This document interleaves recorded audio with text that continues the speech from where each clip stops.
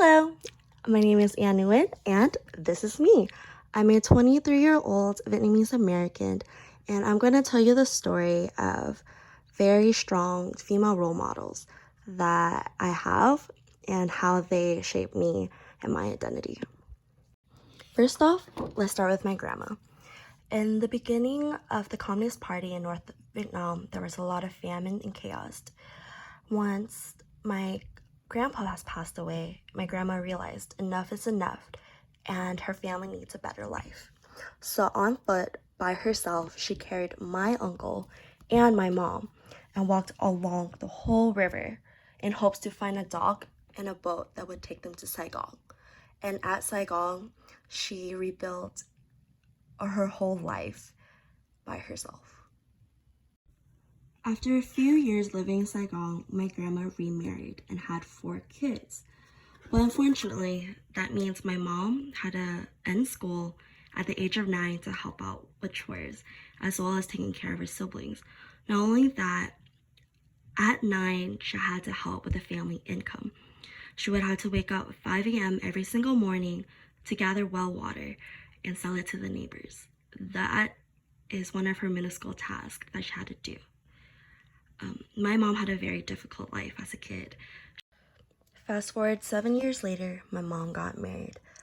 But unfortunately, her honeymoon will not last as long as she would like. Soon after, my dad enlisted in the war to serve beside the Republic of Vietnam against the Communist Party.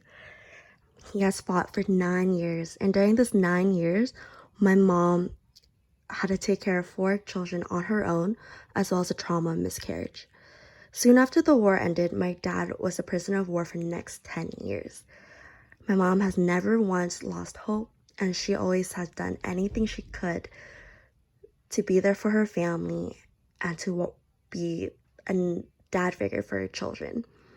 And whenever she was able to, she would walk miles and miles in the jungle just to see my dad. My mom is a very strong, independent woman, and she has always taught me to never lose hope in God and in love. 1994 is a huge year for my family. Lucky for us, a family in Vallejo, California was able to sponsor us, so we were able to immigrate to America, California to be exact. My family started off in the US with nothing but clothes that they were able to bring over from Vietnam. During this period of time, my family lived with our sponsor. So my dad worked day and night trying to have the funds to be able to move out and live on our own. 2 years later, my family moved to Garden Grove, and this is where I grew up. The population of Garden Grove is predominantly Vietnamese, and I'm very fortunate enough that I was able to grow up within my culture. My parents put me in Vietnamese school as well as Thu Nhi Thân Thể, which is Vietnamese Eucharistic Youth Group. And from there, constantly I learned more and more about my own culture as well as my religion. My identity is a cultural blend. On my Vietnamese side, one of the things I've learned that's most important is family. Family comes first regardless of all the hardships that had happened. And I've definitely learned how to be a very independent and strong woman from the female figures I have in my family. Not only that, the food is good too. One of the things I love about America is the diversity. I love how there's so many cultures and so many things I'm able to learn about other people.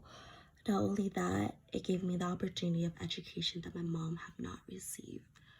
In contrast to Vietnam, here in America, I do have a voice. I am able to stand up for myself and speak my mind. There are many factors that can form a person's identity, such as ethnicity, where you grow up at, gender, as well as historical backgrounds.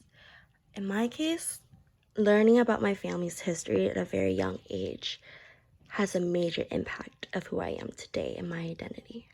I identify myself as a very strong, independent woman, first generation Asian Vietnamese American. This course has taught me that each identity has its own discrimination and privileges. One of the quotes that stuck with me the most is from The Privileged Life Explained in a $100 Race. The quote states, "Whoever wins this $100, I think it is extremely foolish of you not to utilize that and learn more about someone else's story." My family did not come from riches, but all their sacrifice has gotten me to where I am today, and that is a huge privilege. What the most important thing I've learned from this course is that I can use my own identity and my privilege to speak up for those that are unable to, and hopefully help make a world a better place.